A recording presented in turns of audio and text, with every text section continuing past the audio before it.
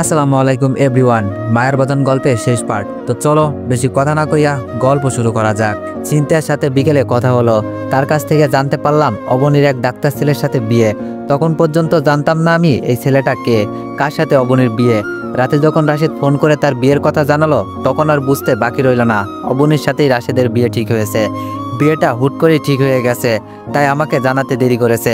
রাশেদকে আমি যতটুকু চিনি জানি ছেলে হিসাবে অনেক ভালো, সেক্ষেত্রে অবনীর জন্য ভালোই হয়েছে। একটা মেয়েকে ভালো রাখার মতো সবকিছুই রাশেদের মাঝে রয়েছে।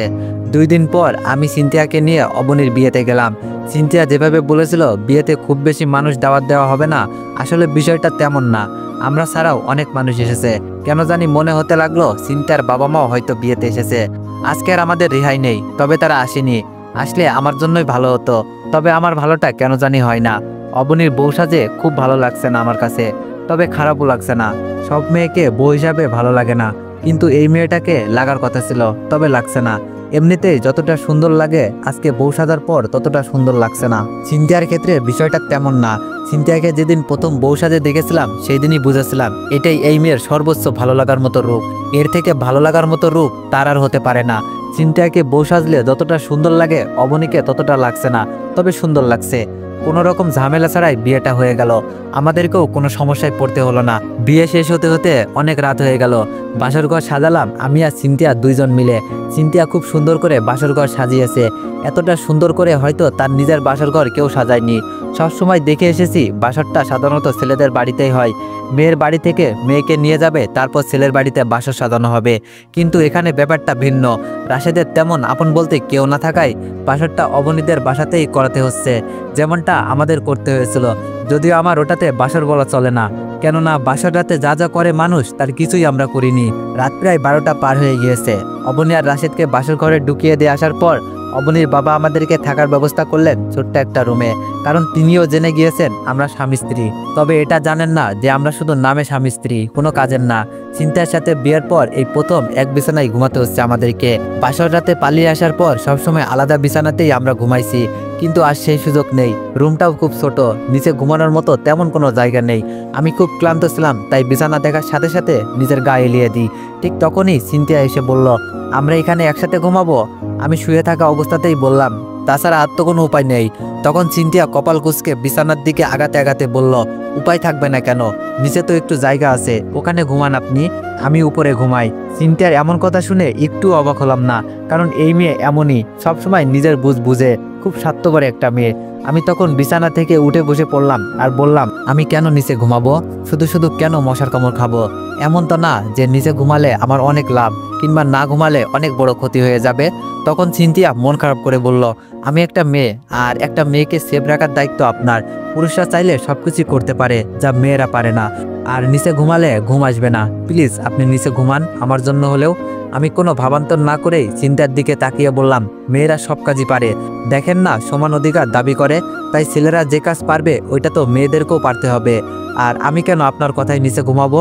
আপনি তো আমার কেউ না। মানুষ তার আপন মানুষের জন্য সব কষ্ট সহ্য করতে পারে, সব কিছু সয়ে যেতে পারে। আপনি তো আমার আপন কেউ না, তাহলে আমি কেন আপনার জন্য এসব করতে যাব? কে হন আপনি আমার? মনের ভিতরে অনেক অনেক অভিমান নিয়ে কথাগুলো বললাম আমি। আমারও ইচ্ছা করছিল তুলতুলে নরম বিছানাতেই ঘুমাক মেয়েটা। এরকম ফুলের মতো কোমল একটা মেয়েকে কংক্রিটের শক্ত ফ্লোরে ঘুমাতে দিতে পারি না আমি। কিন্তু এই যে অভিমান বড্ড খারাপ জিনিস, কেউ বুঝতে চায় কেউ বা চায় না।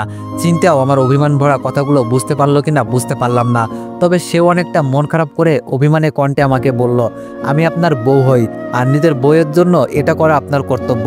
এই কথা শুনে আমার অনেক রাগ হলো। ইচ্ছে করছিল সিনথিয়াকে গালি দিই, বকা দিই, কিন্তু সেটা করতে পারলাম না। আমি রাগে গড়গড় করতে করতে বললাম, কিসের বউ? আপনি আমার বউ? বউ মানে কি বোঝেন? প্রয়োজনের সময় জামাই মানবেন, আর যখন প্রয়োজন থাকবে না তখন মানবেন না। বাহ, আপনাকে তো নিজের ভালো বোঝার জন্য নোবেল দেওয়া উচিত। কখনো বইয়ের মতো আচরণ করেছেন আমার সাথে? স্বামী স্ত্রীর মধ্যে যা যা হয় তেমন কিছু ভুলেও কি আমাদের মধ্যে হয়েছে? হয়নি। তাহলে কেন আপনি এই সম্পর্কের কথাটা তুলছেন, যেটার অস্তিত্ব শুধু কাগজে কলমেই রয়েছে, বাস্তবে না?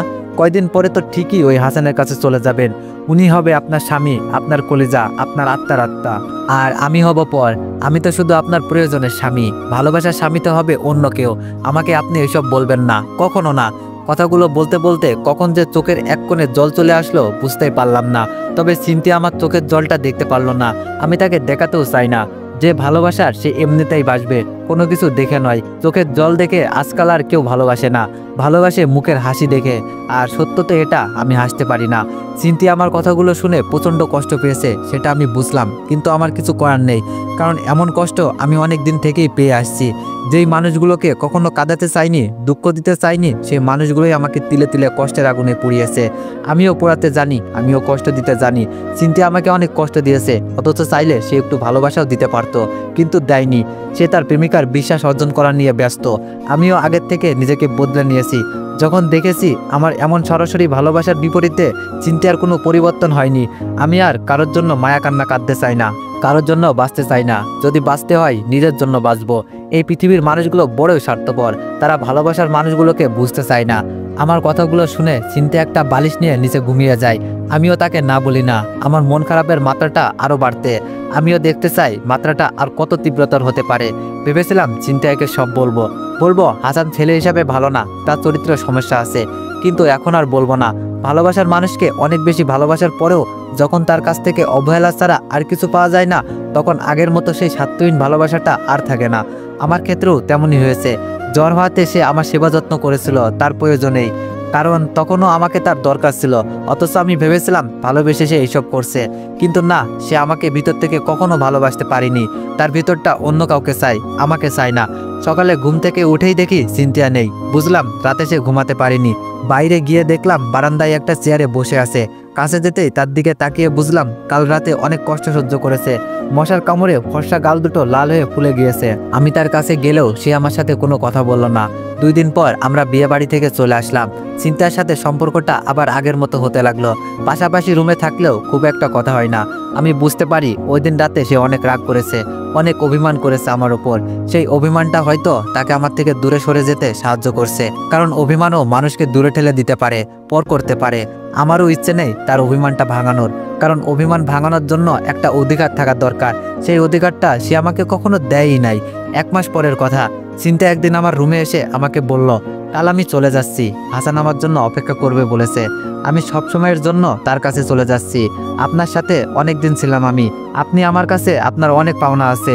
আপনি না থাকলে হয়তো এই পথটা আমি পাড়ি দিতে পারতাম না। আপনার আমার পেছনে যত টাকা খরচ হয়েছে আমি সব দিয়ে দিব। আপনার সাথে অনেক খারাপ ব্যবহার করেছি, আমি সেগুলোর জন্য দুঃখিত। অনেক সময় আপনাকে অনেক আপন মনে হয়েছে, ভালোবাসি বলেও মনে হয়েছে। এখন কেন জানি মনে হয় আপনি আমার অনেক আপন কেউ, কিন্তু বাস্তবতা তো ভিন্ন জিনিস। আপনার সাথে বিয়েটা ছিল একটা দুর্ঘটনা। আমি জানি না আমি কি করেছি, ভুল করছি না সঠিক করছি, সেটাও জানি না। তবে আপনার কাছে আমি সারা জীবন কৃতজ্ঞ থাকবো। মনে রাখবো, অনেক নামে একজন মানুষ ছিল, যেই মানুষটার সাথে এতটা দিন একসাথে থাকার পরও কখনো আমার দিকে কখনো খারাপ চোখে তাকায়নি। বিয়ে করা বউ হওয়ার পরেও কখনো স্বামীর দাবি নিয়ে আমার উপর অধিকার দেখাতে আসেনি। আপনি সত্যি অসাধারণ একজন মানুষ। আপনি কি আমার শেষ একটা অনুরোধ রাখবেন? চিন্তার দিকে তাকিয়ে বললাম, মেয়েরা অসাধারণ মানুষ। তারপর আমি কিছু বলি না, অবাক চোখে চিন্তার দিকে তাকিয়ে থাকি। ভাবতে থাকি আমি মানুষটা কতটা অবহেলার পাত্র। জীবনে কম বেশি সবার কাছেই অবহেলার শিকার হয়েছি আমি। বাবা মা বোন বন্ধু বান্ধবী ভালোবাসার মানুষ সবাই আমাকে কোনো না কোনো কারণে অবহেলা করেছে। কারো ক্ষেত্রে হয়তো আমাকে অবহেলা করার কোনো কারণ ছিল, কারো ক্ষেত্রে হয়তো ছিল না, তবে করেছে সবাই। চিন্তাকে দেখে আমার ওই কথাটা মনে হচ্ছে। আমিনুর রহমান একটা গল্পে বলেছিলেন, যে চলে যেতে চায় তাকে যেতে দিন, এটাই আপনার জন্য ভালো। আপনি তাকে ভালোবেসে ভালো রাখার দায়িত্ব নিতে চেয়েছিলেন, কিন্তু সে বিশ্বাস করে আপনার থেকে অন্য কেউ তাকে ভালো রাখবে। কি দরকার যেই মানুষগুলো থাকতে চায় না তাদেরকে রেখে দেওয়ার বিচার চেষ্টা করার? কোনো না কোনো কারণ দেখিয়ে সে আপনার কাছে থেকে যাবে। আর যে ভালোবাসে না কিংবা ভালোবাসার মতো অভিনয় করে নিজের প্রয়োজনে সে আপনাকে ছেড়ে যাওয়ার জন্য কারণ খুঁজবে, থেকে যাওয়ার জন্য না। আমি যখন কিছু বললাম না তখন চিন্তা আমাকে বলল ওর ট্রান্সফারটা হয়নি, কাল স্টেশনে আসবে আমাকে নেওয়ার জন্য। আমাকে ওখানে থাকতে বলেছে, একা তো আর এত কিছু নিয়ে যাওয়া সম্ভব না। তাই বলছিলাম আপনি যদি একটু সাহায্য করতেন। আমি চিন্তার দিকে তাকিয়ে হাসি। চিন্তা আমার হাসির কারণটা বুঝতে পারে না। আমি চিন্তাকে বললাম, এতদিন যখন আপনার প্রয়োজনে এসেছি শেষবেলায় এসেও আপনাকে সাহায্য করব। আমি আপনার মতো না। আর হ্যাঁ, টাকার কথা বললেন তো, যতটা ছোট মনের মানুষ ভাবেন আসলে ততটা ছোট মনের মানুষ আমি না। আমার যদি আপনার কাছ থেকে টাকাগুলো ফেরত নেওয়ার ইচ্ছাই থাকতো তাহলে কখনো খরচই করতাম না। কথাগুলো বলেই আমি আমার রুমে চলে যাই। সারা রাত মন খারাপ করে শুয়ে থাকি। কালকে চিন্তিয়া আমাকে ছেড়ে চলে যাবে, এটা মানতে কষ্ট হচ্ছে। কাল থেকে আবার আমি একা হয়ে যাব। চিন্তিয়াকে হাসানের কাছে রেখে আমি আবার বাবা মায়ের কাছে চলে যাব। চিন্তিয়ারও কি আমার মতো মন খারাপ? কারণ সেও তো আমার সাথে অনেক দিন ছিল, তার কিছুটা মন খারাপ তো আমি দাবি করতেই পারি। রাতে ভালো করে ঘুম হয়নি, যার কারণে অনেকটা বেলা করে ঘুম ভাঙলো। ঘুম থেকে উঠেই দেখলাম চিন্তিয়া সবকিছু রেডি করে ফেলেছে। বুঝলাম হাসানের কাছে যাওয়ার জন্য খুব তাড়া। আমি চিন্তার দিকে তাকাতেই জাস্ট স্তব্ধ হয়ে গেলাম। আজকে জীবনে সবচেয়ে সুন্দর করে সেজেছে। এর আগে কখনো আমি তাকে এত সুন্দর করে সাজতে দেখিনি। এত সুন্দর করে সাজার কারণ কি হাসান, অথচ আমার জন্য কখনো এভাবে সাজেনি সে। তারপরেও আমি নির্লজ্জের মতো তাকে ভালোবাসতে চেয়েছি। না, আর না, অনেক হয়েছে। আমি আর তাকে কখনো আর নিজের করে নিব না। সে যদি হাসানের কাছ থেকে চলে আসে তবুও আমি তাকে ফিরিয়ে দিব। সে আমার ভিতরটাকে অনেক জ্বালিয়েছে। আমি তো আর এত জ্বলতে চাইনি, আমি শুধু তাকে ভালোবাসতে চেয়েছিলাম, কিন্তু সে আমাকে জ্বালিয়েছে। সকাল 10টার সময় আমি আর চিন্তিয়া রেলওয়ে স্টেশনের উদ্দেশ্যে রওনা হলাম। হাসান নাকি 12টার সময় আসবে। স্টেশনটা আমাদের এখান থেকে কিছুটা দূরেই। চিন্তিয়া একটু আগেই রওনা দিয়েছে। আমি চিন্তার দিকে তাকাচ্ছি না। ওই চেহারাটা আমাকে ভুলে যেতে হবে। কখনো চাইলেও আমি আর দেখতে পারবো না। রাস্তায় অনেক জ্যাম থাকার কারণে আমাদের যেতে অনেক সময় লাগলো। 12টার উপরে বেজে গেল। আমি হাসানের সাথে দেখা করলাম না, দূর থেকে চিন্তাকে দেখে চলে আসলাম। চিন্তিয়া হাসানকে গিয়ে জড়িয়ে ধরবে, এটা আমি সহ্য করতে পারবো না। এমন দৃশ্য আমার চোখের জন্য ক্ষতিকর। তাই চিন্তিয়াকে স্টেশনে পৌঁছে দিয়ে আমি বাসায় চলে আসবো বলে ঠিক করি। আমি বাসায় চলে আসলাম। চিন্তিয়া নামের মানুষটাকে ভুলে সব গোছগাছ করতে শুরু করলাম। বাবা মাকে বলেছিলাম আমার কাজ শেষ হলে তাদের কাছে চলে আসবো। সত্যি বলতে ওই দিন না গিয়ে ভুল করেছি, কারণ ওখানে আমার কোনো কাজই ছিল না। দুঃখ পাওয়ার জন্য শুধু শুধু এতদিন আমি এখানে ছিলাম, এর বেশি কিছুই না। বিকেল 4টা বাজে, আকাশের দিকে তাকিয়ে আছি। আজও আকাশটা মেঘে ঢাকা। অনেকটা খারাপ লাগছিল, মনে হচ্ছিল কিছু একটা হারিয়েছি। তবে সান্ত্বনার বাণী এটাই, যাকে হারিয়েছি সে কখনো আমার ছিলই না। আমি যখন প্রচণ্ড মন খারাপ করে ওই মেঘ জমা আকাশের দিকে অনেক অভিমান নিয়ে তাকিয়ে আছি, ঠিক তখন অনুভব করলাম কেউ একজন পিছন থেকে আমাকে শক্ত করে জড়িয়ে ধরে কাঁদছে। পিছন ঘুরে সেই চিরপরিচিত মানুষটাকে দেখতে পেলাম। হ্যাঁ, চিন্তা আমাকে জড়িয়ে ধরে কাঁদছে। কি হচ্ছে কিছুই বুঝতে পারলাম না। চিন্তা তখন কাঁদতে কাঁদতে বলল, আমি তোমার ভালোবাসাটা বুঝতে পারিনি। হাসান ছেলেটা অনেক খারাপ। আমি বাদেও সে অন্য মেয়েকে ভালোবাসে, অন্য কারোর সাথে রিলেশন করে। আমি তোমার কাছে থাকতে চাই, আমার ভুল হয়ে গিয়েছে। আমি তোমার বিশুদ্ধ ভালোবাসাটা বুঝতে পারিনি।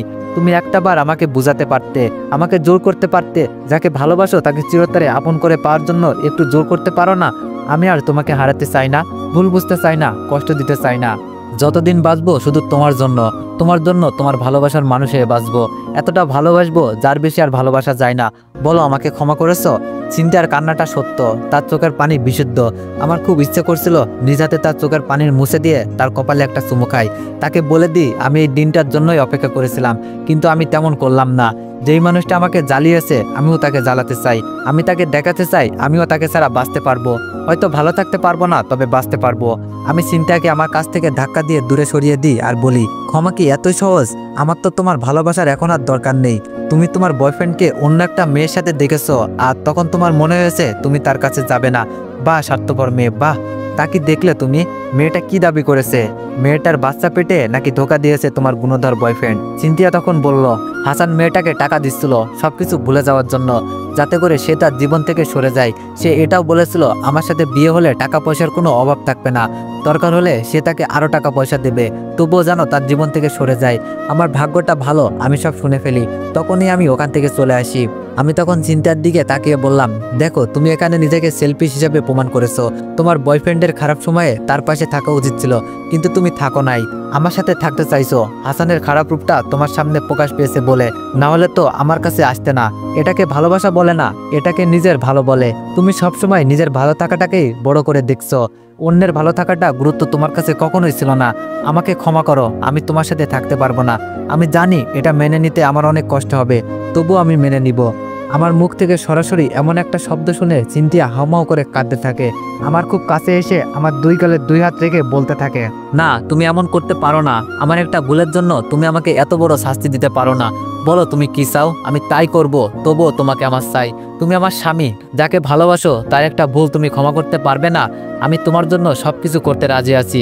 একটাবার বলো আমাকে কি করতে হবে, আমি সবকিছুর জন্য প্রস্তুত আছি। আমি আমার গাল থেকে চিন্তার হাত দুটো সরিয়ে দিয়ে বলি, অনেক দেরি করে ফেলেছো। এই কথাগুলো যদি তুমি আর একটা দিন আগে বলতে, পুরো পৃথিবীর সমতুল্য ভালোবাসা দিয়ে তোমাকে বরণ করে নিতাম আমি, কিন্তু তুমি সেটা করনি। তুমি অনেকটা দেরি করে ফেলেছো। আমাদের মতো ছেলেরা অন্ধকারে জোনাক পোকার মতো ঘুরে বেড়ায়। যারা ভালোবেসে ধরে রাখতে পারে না তারা ভাগ্যবান, যারা ভালোবাসার পরও বুঝতে পারে না তারা কপাল পোড়া, যারা হারিয়ে আবার ফিরে পেতে চায় তারা দুর্ভাগা। কারণ আমরা ফিরি না, আমরা মহাকালের অন্ধপুরে হারিয়ে যাই। অন্ধকারের মধ্যে আলো ছড়াতে ছড়াতে জোনাক পোকার মতোই একসময় অন্ধকারে বিলীন হয়ে যায় আমরা। তোমাদের মতো মেয়েরা আমাদেরকে ধরে রাখার ক্ষমতা রাখে না। আমাদের মতো ছেলেদেরকে তোমরা ডিজার্ভ করো না, কারণ আমরা সত্যি অনেক অনেক ভালো ছেলে, যেটা তোমরা কখনোই বুঝতে পারো না, পারলেও দেরিতে। আমাকে না পাওয়ার আফসোস নিয়ে তিলে তিলে মরবে তুমি, এটাই হবে তোমার জন্য আমার ভালোবাসার শাস্তি। আমি কাল চলে যাব, তুমিও চলে যেও তোমার বাবা মায়ের কাছে। বাবা মাকে জীবনে অনেক ধোঁকা দিয়েছো, তাদের কাছে ক্ষমা চেয়ে নিও, দেখো তারাও ক্ষমা করে দিবে। তাদের পছন্দই বিয়ে করে নিও, সুখী হবে। না হলে এখানে থেকেই নতুন কাউকে খুঁজে নিও, ঠিক হাসানের মতো। কথাগুলো বলার পর চিন্তার দুচোখ বেয়ে অযোধ্যারায় পানি বর্ষণ হচ্ছিল। আমি বুঝতে পারি আমার কথাগুলো তার ভিতরটাতে অনেক আঘাত করেছে, সে ভীষণ কষ্ট পেয়েছে। চিন্তা আর কোনো কথা বলতে পারে না, কারণ আমি তার সব কথাই কেড়ে নিয়েছি। সকাল হলে আমি আমার নিজের বাসায় চলে যাই। চিন্তা অনেক অনুরোধ করে থেকে যাওয়ার জন্য, কিন্তু আমি থাকি না। সে বুঝুক ভালোবাসার মানুষকে না পেলে কেমন লাগে। চলে আসার আগে আমি বিয়ের কাবিননামাটা সাথে করে নিয়ে আসি আর বলি, তুমি যদি কখনো বিয়ে করতে চাও আমাকে বলবে, আমি তোমাকে ডিভোর্স পেপারটা পাঠিয়ে দিব। পবিত্র কাবিননামাটা তোমার মতো মেয়ের কাছে থাকতে পারে না, এটার মূল্য তুমি বুঝবে না। বাসায় আসার পর চিন্তা আমাকে অনেক ফোন দেয়, আমি তার ফোন ধরে নিই। আমি তাকে ছেড়ে বাসা শুরু করি, শুধুমাত্র আমার জন্য বাসা শুরু করে। আমি জানি চিন্তা আমার জন্য এখনও কাঁদে, কারণ সেদিন আমি তার চোখে আমার জন্য সত্যি ভালোবাসা দেখেছিলাম। আমি চাই আমাকে না পাওয়ার আফসোসটা সে সারা জীবন করুক। 6 মাস পরের কথা, এই 6 মাস আমি চিন্তার সাথে একটা বারের জন্য কথা বলিনি, দেখা করিনি। 6 মাস পর বাবা মাকে সব বলে আমি। একদিন বাবা মা বোন আর আমার বোনের জামাইকে নিয়ে চিন্তাদের বাসায় যাই আমি। বাসাটা চিনতে কষ্ট হলেও ঠিক চিনে নিলাম। আমাকে বাসায় দেখে চিন্তার বাবা এগিয়ে আসলেন, কারণ তিনি সব জানতেন। আমি তাকে সব বলেছি। আমি চিন্তার কথা জানতে চাইতে একটা বন্ধ ঘর দেখিয়ে দিল আমাকে। আমি ঘরের দরজা খুলেই যখন ভিতরে ঢুকলাম, তখন ঘরটাতে নিকষ কালো অন্ধকার অনুভব করলাম। আলো জ্বালাতেই দেখতে পেলাম পাগলের মতো কেউ একজন বিছানায় শুয়ে আছে। আমাকে দেখেই বিছানা থেকে উঠে একটা কথা বলল, কে কে? আমি তার দিকে এগিয়ে গিয়ে তার মুখটা দেখতেই নিজের ভেতরটা অনেক খারাপ লাগা কাজ করলো। কি ছিল আর কি হয়ে গিয়েছে এই 6 মাসে এই মেয়েটা? চিন্তা অনেক কষ্ট হচ্ছিল আমার। কাঁদতে কাঁদতে চোখের নিচে দাগ পড়ে গিয়েছে, চোখ মুখ ফুলে গিয়েছে। আমি তার খুব কাছে গিয়ে জড়িয়ে ধরে বললাম, এখনো কাঁদো আমার জন্য? তখন চিন্তা বলল, তুমি তো বলেছিলে কাঁদতে, আমাকে কাঁদাতে খুব ভালো লাগে তোমার, তাই না? আমি তার চোখের পানিটা মুছে দিয়ে বললাম, কখনো না, তোমাকে অনেক ভালোবাসি। তুমি এখনো বিয়ে করনি কেন? তুমি কি জানতে তোমার কাছে আসবো আমি? তখন চিন্তা বলল, হ্যাঁ জানতাম, কারণ তুমি আমাকে ছাড়া অন্য কাউকে নিয়ে সুখী হতে পারবে না। সুখী হওয়ার জন্য আমাকে তোমার কোনো একদিন হলেও দরকার হবে। তাই আমি অপেক্ষা করেছিলাম এই দম বন্ধ হওয়ার মতো অন্ধকার ঘরে। তুমি আমাকে এত ভালোবাসার পরও কেন হাসান নামক নরপিশাচটার হাতে আমাকে ছেড়ে দিয়েছিলে? আমি যদি সত্যি সত্যি চলে যেতাম তখন কি হতো? তখন আমি চিন্তাকে নিজের সর্বোচ্চ কাছে টেনে নিয়ে এসে বলি, এমনটা কখনোই হতো না। তুমি কি মনে করো আমি তোমাকে হাসান সম্পর্কে সব জানার পরেও তার কাছে চলে যেতে দিব? এমনটা ভাবলে তুমি অনেক বোকা। তুমি কি জানো স্টেশনের যেই মেয়েটার সাথে হাসানকে তুমি দেখেছিলে, সেই মেয়েটাকে তোমার হাসানের কাছে যাওয়ার আগেই রাতেই আমি সব বলেছিলাম, কারণ সেই মেয়েটাকে আমি চিনি। তাকে সে হাসান অনেক আগেই ধোঁকা দিয়েছিল। তোমার সাথে স্টেশনে এর জন্যই আমি যাইনি। তুমি যখনই হাসানের কাছে গিয়েছো তার ঠিক কিছু সময় আগেই মেয়েটা হাসানের ওখানে পৌঁছে গিয়েছিল, হাসানের অজান্তেই। খোঁজ নিয়ে দেখো হাসান ওই মেয়েটাকে বিয়ে করেছে, কারণ সে বিয়ে করতে বাধ্য ছিল। এক্ষেত্রে তোমার বোন অবনীর হাজবেন্ড রাশেদ অনেক সাহায্য করেছে, কারণ সে হাসান আর ওই মেয়ের সম্পর্কে সব জানতো। তোমার বাবাকেও আমি ফোন করে বলেছিলাম তোমাকে নিয়ে আসতে। তাকে বোঝাতে অনেক কষ্ট হয়েছিল, তবে বুঝতে পেরেছিল। আমি চেয়েছিলাম তোমাকে একটা শিক্ষা দিতে। জানো তোমার প্রতি আমার অনেক অভিমান। এখন তুমি আমাকে হারানোর ভয় সবসময় ভালোবাসবে। চিন্তা আমার কথা শুনে অনেকটা বোকা বনে গেল। সে আস্তে করে বলল, এত বড় ধোঁকা আমার সাথে? যাকে এত ভালোবাসো তাকে কষ্ট দিতে পারলে? আমি তখন চিন্তার গালে হাত দিয়ে বললাম, কষ্ট দিয়েছি আরো বেশি ভালোবাসা পাওয়ার আশায়, তবে তোমাকে এমন অবস্থায় দেখে অনেক কষ্ট পেয়েছি। তখন চিন্তা বলল, কেন? আমি অনেক কেঁদেছি সেই জন্য? আমি তখন হেসে বললাম, আরে না, কি যে বলো তুমি, এটা কোনো কারণ না। আমি ভেবেছিলাম তোমাকে দেখার পর তোমাকে জড়িয়ে ধরে চুমু খাবো, কিন্তু তুমি এই 6 মাসে নিজের কোনো যত্ন নাওনি। তোমার ঠোঁটের কি অবস্থা, চরচর হয়ে গেছে। চুমু খাওয়ার খুব ইচ্ছে ছিল, কিন্তু তুমি তোমার ঠোঁটের একটু যত্ন নাওনি। এটা দেখে আমার খুব কষ্ট পেয়েছে। নিজের যত্ন নেও আর না নাও, ঠোঁটের যত্নটা অন্তত নেওয়া উচিত ছিল তোমার। তখন সিনথিয়া রাগ দেখিয়ে অনেক ভালোবেসে বলল, অসভ্য, তুমি এত খারাপ হলে কবে থেকে? আমি কিছু বলতে যাব তার আগেই সিনথিয়া আমার ঠোঁটটাকে নিজের করে নিল। আজ আমাদের জন্য নতুন করে বাসর সাজানো হয়েছে। সিনথিয়া বাসর ঘরে বউ সেজে বসে আছে। আমি রুমে ঢুকেই দরজা লাগিয়ে দিয়ে সিনথিয়ার পাশে গিয়ে বসলাম। বিছানায় কোলবালিশ দেখিয়ে সিনথিয়াকে বললাম, তোমার থেকে মনে হয় ওটার সাথে বাসর করলেই বেটার হবে। তুমি একদিন বলেছিলে কোলবালিশের সাথে বাসর করতে। আমার এমন কথা শুনে সিনথিয়া প্রচণ্ড রেগে গেল। সে বিছানার উপর থেকে কোলবালিশটা নিয়ে জানালা দিয়ে বাইরে ফেলে দিল। আমি তাকে যখন বললাম, কি করলে তুমি? ওটা অনেক দাম দিয়ে কিনেছিলাম আমি। বিয়ের আগে ওইটাই আমার একমাত্র ভালোবাসার মানুষ ছিল, আর তুমি কিনা ওটা ফেলে দিলে? তখন সিনথিয়া আমার পাঞ্জাবির কলার চেপে ধরে বলল, আমি ছিলাম না তখন তোমার এটার দরকার ছিল, এখন তো আমি আছি, তাহলে ওটা দিয়ে কি ঘাস কাটবে তুমি? যতদিন বাঁচবো আমাকেই না হয় কোলবালিশ হিসাবে ব্যবহার করো। দুইজন দুজনের কোলবালিশ হয়ে আজীবন বেঁচে থাকবো। আর ভুলেও যেন ওটার কথা না শুনি। আমি সিনথিয়াকে জড়িয়ে ধরে ঘুমিয়ে পড়ি। তো এভরিওয়ান, অনেক কিছুই বলার ছিল। রোজা রমজান মাস তো, তাই কিছু বললাম না, তোমরা বুঝে নিও। সকালে ঘুম থেকে উঠে দেখি সিনথিয়া আমার সামনে 2টা টিকিট হাতে বসে আছে। আমি জিজ্ঞেস করতেই সিনথিয়া বলল, হানিমুনের টিকিট বাবা আমাদের জন্য গিফট হিসেবে দিয়েছে। আমি বললাম, হানিমুনে কোথায় যেতে হবে, কক্সবাজার নাকি জাফলং? তখন সিনথিয়া বলল, কক্সবাজারও না জাফলংও না, সোজা সুইজারল্যান্ড। আমি রাগ করে বললাম, এত টাকা খরচ না করলেও পারতে, বাংলাদেশেই তো সুন্দর হানিমুন করা যেত। তখন সিনথিয়া আমার হাতে হাত রেখে বলল, আমার বাবার এত টাকা পয়সা দিয়ে কি করব বলো? ওইসব তো আমারই, আর আমি তোমার, টাকাগুলোও তোমার, আমার সবকিছুই তো তোমার। আমি কিছু বলি না, শুধু সিনথিয়ার হাত শক্ত করে চেপে ধরে এগিয়ে গিয়ে বলি, এত ভালোবাসা কই রাখবো আমি? তখন সিনথিয়া বলে, কোথাও রাখতে হবে না, আমাকে ফেরত দিও। তো এভরিওয়ান, গল্পটা কেমন লাগছে সবাই একটু কমেন্টে জানাবেন। আর নেক্সট গল্প খুব শীঘ্রই আসবে। ধন্যবাদ।